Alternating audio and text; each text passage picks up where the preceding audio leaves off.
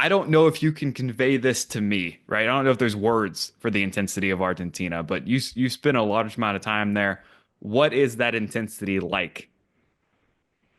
Well, I think it's an earthquake 10.0, 10.0. So uh, I think it's not because I'm Argentina, but I think it's one of the most difficult league in the world. Hello, welcome to the United Soccer Lounge. My name is Riley James. This is Goals TV, and episode 48, where we chat with Sebastian Blanco. Now, Miami, when they signed him, they told me, and they said this is a possibility for him to come on your show. I worked very hard to make this a reality, not only just for you guys and my bosses, but for me, because Sebastian's one of my favorite players from his time with Portland in Major League Soccer. We talked a lot about Miami. We talked about why the city, what stuck out to him when he was not only looking for a team, but looking for a new place to live. We talked about Miami's struggles last season and how the team has improved so much over the offseason, what he's seen from his teammates and the technical staff, and how excited he is to play in the USL Championship. And also how he prepared for the USL Championship, how much research he did, how much film he watched. He's a student of the game, and I'm excited to see how that translates this weekend against Detroit. Now, there's a few things to note about his career. He's played in Ukraine. He's played in England. He's played in his home country of Argentina, and obviously his time with Portland. He shared some stories. Playing in Argentina is very, very intense. He told me about times where his team would lose and it would be very, very difficult to go out with his family afterwards. And the difference of playing in Major League Soccer with the forgiving standings, the playoffs, and obviously just a less intense soccer culture of how they would lose in Portland, it would be okay to go get some dinner afterwards. So a really interesting dichotomy of how America is versus how some other countries are. But he also talks about being in Ukraine right when the war started, and that was an interesting tidbit I did not know. I'm very happy he shared. Obviously, it was very scary times for everyone in Ukraine, but when you're an international player playing in that league, it's probably a lot of uncertainty. So he shared that with us, and I could not be more grateful for him sharing that. And obviously, I had to ask him about 2022. His home nation of Argentina won the World Cup. What was that like watching as a fan and as a former Argentine international player? We talked about a lot, and we got it all done in about 20 minutes, and we could not be more appreciative of him coming to hang out with us today. As for you, thank you so much for watching. If you're first time watching, if you're a fan of Miami, we welcome you to it. But if this is not your first time watching, we certainly appreciate you as we get to the start of the men's leagues, USL Championship and USL League One. If you like this show, please subscribe to it on goals.tv. You could like it, comment your favorite thing about Sebastian Blanco, about Portland Timbers, about Miami FC, or just about soccer in general. Or maybe a reason you would like to visit Miami, right? Whether it be the beach, like he said in the interview coming up, or maybe if you're just looking for a bit of a new culture. That'll do it for us off the top of the show. Thank you so much for watching our interview with Sebastian Blanco. It's a wild sentence. Starts right now. Please welcome to the show a man who has played internationally for his home nation of Argentina. As far as club soccer, he's been in Ukraine, England, the very same nation of Argentina, but he's made his name in the United States.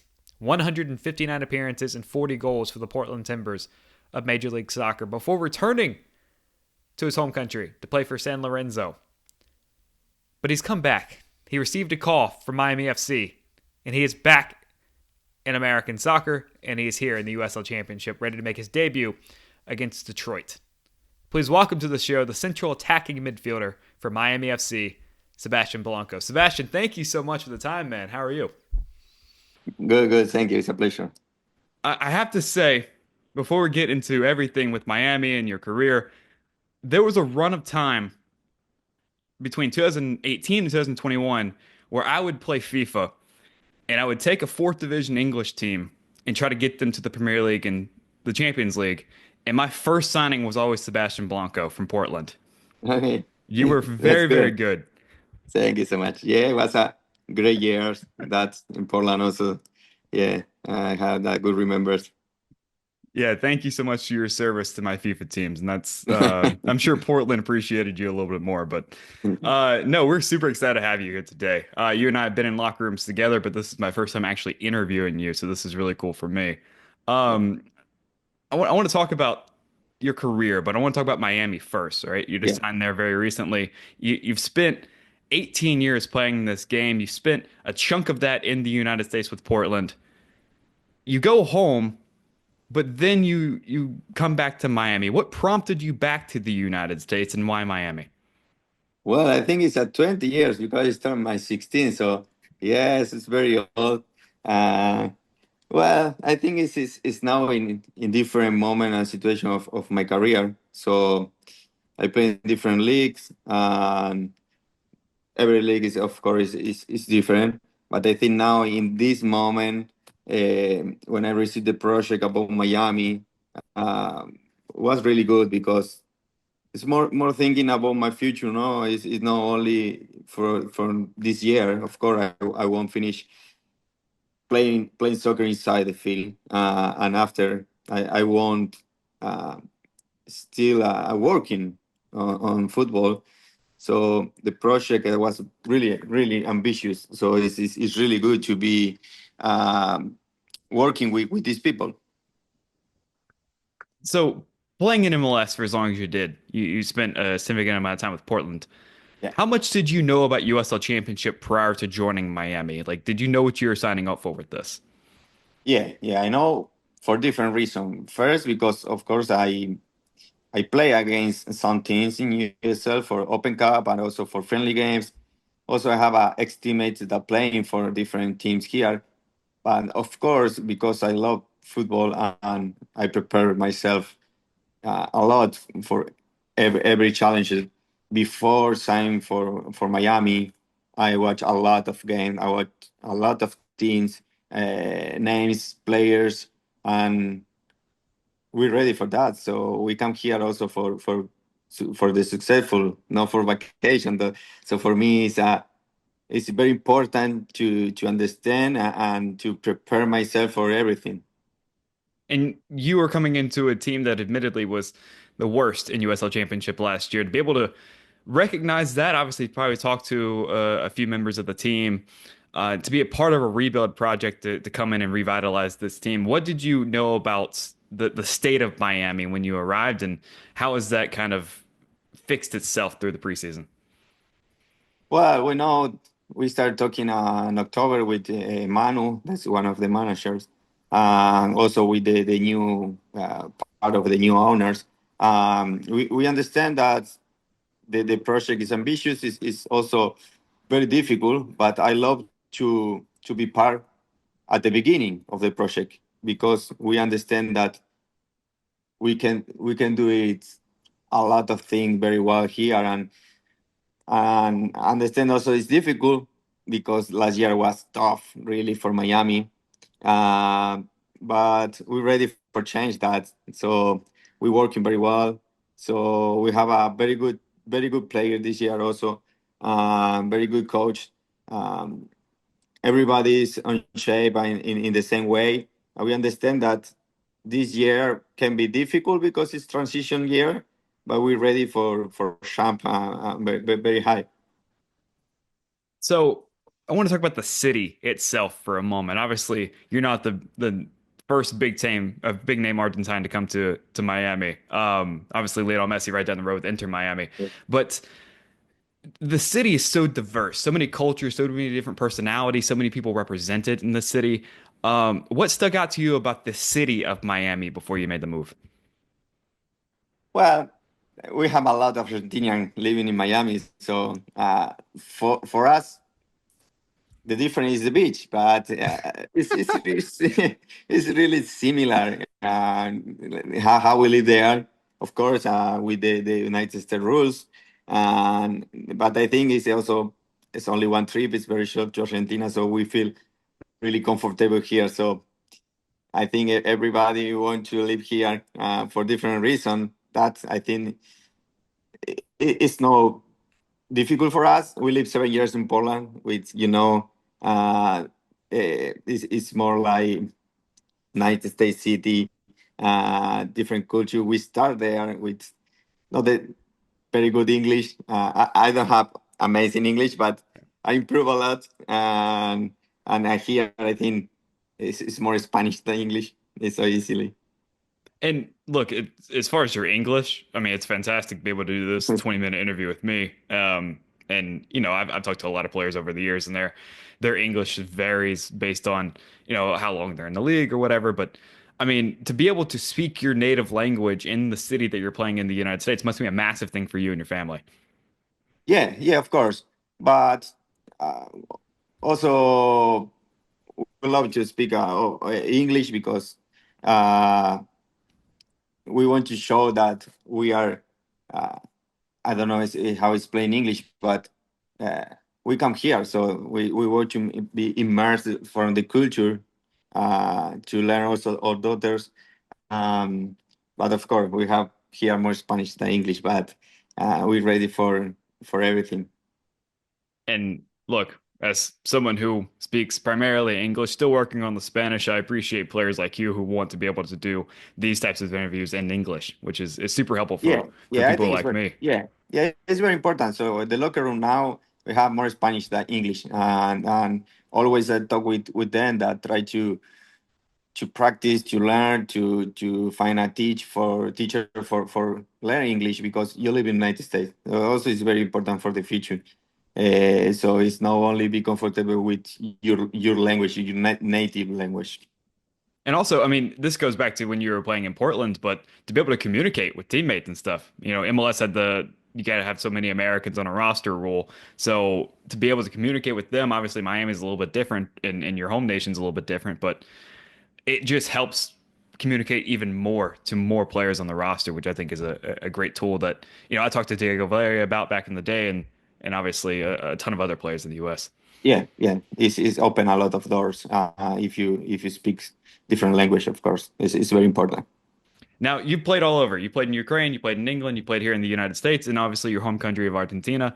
Uh, I know there's a lot of stories maybe you can't tell, but what's one that you'd like to tell from your career? Obviously, you've been doing this a long time. You've played in a lot of different places. What's a story that sticks out to you the most? Well, the most difficult history for me is when I live in Ukraine. I lived for 3.5 years. Was a really good years. We play Europa League, Champion League. We are really successful. But after we lived 6 months into the war, that was really tough, and Yeah. the people was really good with us. So we had to leave. We can see the face of the people in that moment, and also we traveled to play in the war tank between war tank and with fire everything, and we had to escape the city from to Argentina.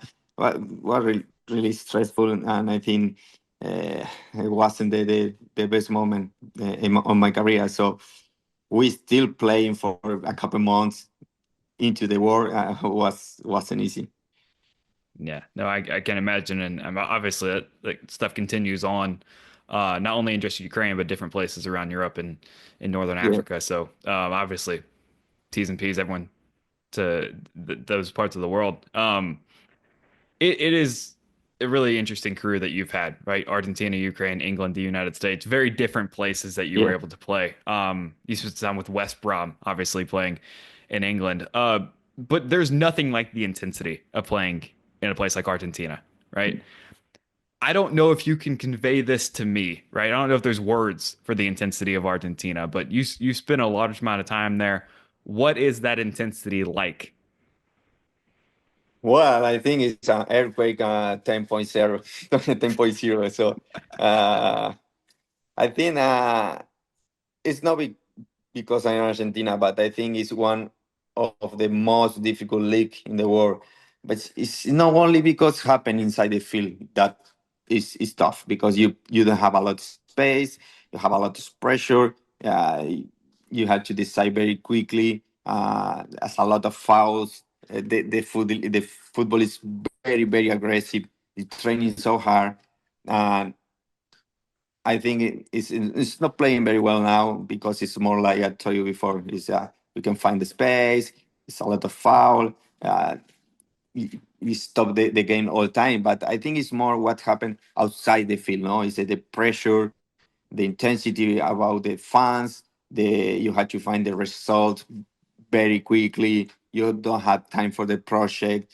If you lost, maybe you can not go out with your family. So everything depends of the result of one game. So that is why it's too stressful and it's too intensity to play there. And when you travel to, for example, MLS, you enjoy the game because it's really, really different. Not only inside the field that you have more space. If not, you can enjoy the life outside.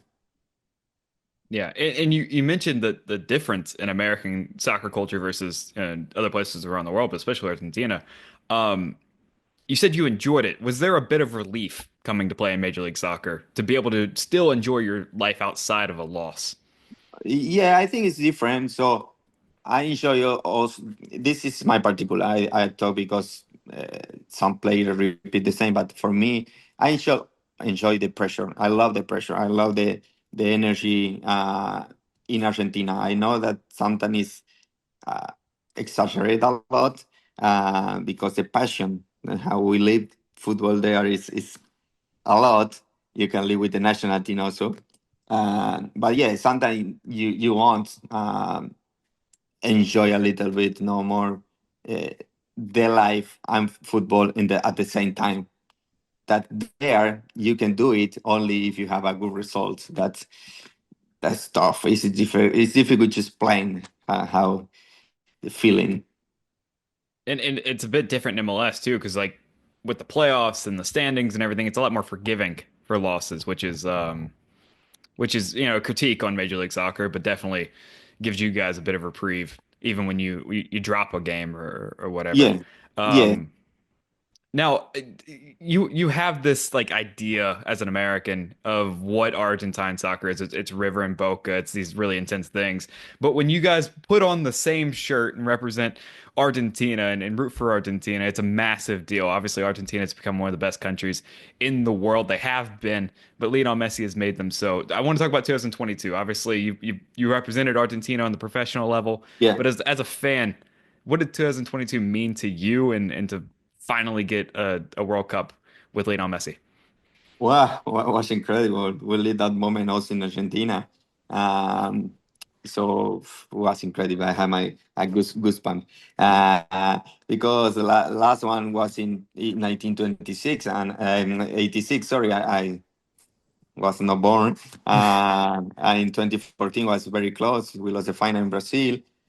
So I think it was incredible that the country stopped for a week, I think so, and 5 million people at the same time was celebrating outside. All the highways stopped. I never seen something like that. I think, and enjoy with my family, with my friends, everybody together. Was I think was on the best moment. Yeah. Yeah, I mean it got to me, and I'm not Argentine. I have no emotional tie to Argentina in any way. But it was really cool to see because it was kind of a world collective thing. France had won the World Cup before, but it was this great battle between these two stars, and to finally get that moment for Lionel Messi was really, really cool. So I've never got to ask someone from the country of Argentina Mhm. about that moment. So thank you for indulging me there. No problem. We went a little off script, but it's going to be okay. Let's go back to Miami, right? We don't have you very much longer. Thank you so much for coming to hang No out with problem. us. Yeah. We appreciate it so much. As you begin your first season in USL Championship, you kind of mentioned this a little bit before. You start with Detroit, Yeah. and you mentioned that you did some film study. You mentioned that you did some research in some of these clubs. How do you feel starting 2025 with Miami? Well, we have a four games, five with the Open Cup playing at home, and we know that we had to be strong at home if we want to make the playoff this year. We start against Detroit that finished very well last year, and they have a good team. The pressure high, but I think we were ready. I think we are not complete the team because some play had to arrive yet, but we will be ready for the first game. And and we had to show everybody that we are not the same Miami like the last year. For me, it's a very important challenge that is in my career to finish in the best way possible, and also try to help my teammate uh, for the day future also. And that is how we can help winning games, playing well. And I think we had to win against at home and bring the people again to the stadium. Now, a bit of a producer note for the people watching. This is being recorded February 12th, but it comes out early part of March. You turn 37 next week. How are you feeling physically? How's the body holding up? What is your fitness level going into this 30 game campaign? I feel really well. I training all year last year in Argentina. That was really hard, the trainings. And this year I start in January. I did all the preseason with my teammates, and we're ready now for the start the friendly games. Of course, it's a very long season. We will need everybody because sometimes in some moment the heat, the fields, we play in turf. We will need everybody, but in the moment that I will be inside the field, I had to give my best to help my team. And also, when you grow up and you are older, you change your way. No, your mind also. You play different. You are had to be smarter to make a better decision to run better in better ways, and of course you need the help of the teammates. So we're ready for this challenge. And we've seen that with like I said in the pre-show, I used to cover MLS, so like Clint Dempsey doing that was a massive thing. He kind of dropped back, he played a lot smarter, ran a little bit less, but he used his body the right way. We've seen that with plenty of stars who have gotten older over the years. You talked about adapting your play. What have you done? What is going to look different from Sebastian Blanco in Miami versus what people might have seen playing for Portland? Well, when I started in Poland, also I finished different in Poland because it was Yeah. 7 years. So unfortunately, a couple bad injuries have also to change. But I started as a winger and also a midfielder, left side, more left side, box to box. We ran a lot. Many assists or goal coming outside. And the last 3 4 years, I play more midfielder in like a third midfielder or like a second striker, moving around the attacking. Uh, I think different is try to find the good space for me, to find a good passer for my team, and I also be inside the box to be aggressive in the goal. So we had to also keep the possession, more time with the ball. Also, if we are a short team, we will have a less a transition that also help everybody. Well, Sebastian, I appreciate so much you coming to hang out with us, man. I Well, wish you the best of luck. Stay healthy all season long. We are definitely rooting for you as a player, one of my favorite players from my time in MLS, and thank you, definitely we're going to be watching you with Miami this season. Stay healthy and have a great season. thank you, my friend. The same for you. Thank you. Bye. Thank you so much to everyone at Miami FC. I want to share a bit about my experience with them. They got a player onboarded, signed, announced, and on my show very swiftly. They worked very diligently to get this. And I mean, they work together as a team, which is not something you always see from comm staffs in the United Soccer League. So I'm very thankful for their time. I'm very thankful for their work. And obviously, Sebastian to come on and do the show with us during some of his off time. Cannot appreciate everyone at Miami FC enough. We're super grateful to have had Sebastian on the program. Like I said in the open, if you're a fan of Miami or watching this for the very first time, we thank you for watching, and all of our regular folks out there, thank you for making it to the end of the episode. If you'd like to get in touch with us, you can at RileyJamesIAC on Instagram and X, at USL on Goals is the official Instagram account for this show. We are putting out clips nearly every day of episodes of past and present. The parent company is at goals.tv on Instagram, at goals_TV on X, and so many great creators make really great content, as well as the rest of my content. The entire catalog of the United Soccer Lounge is available on goals.tv. That will do it for us. Thank you so much for watching our show. For Sebastian Blanco, I'm Riley James. if anyone cares. We'll see you again next week.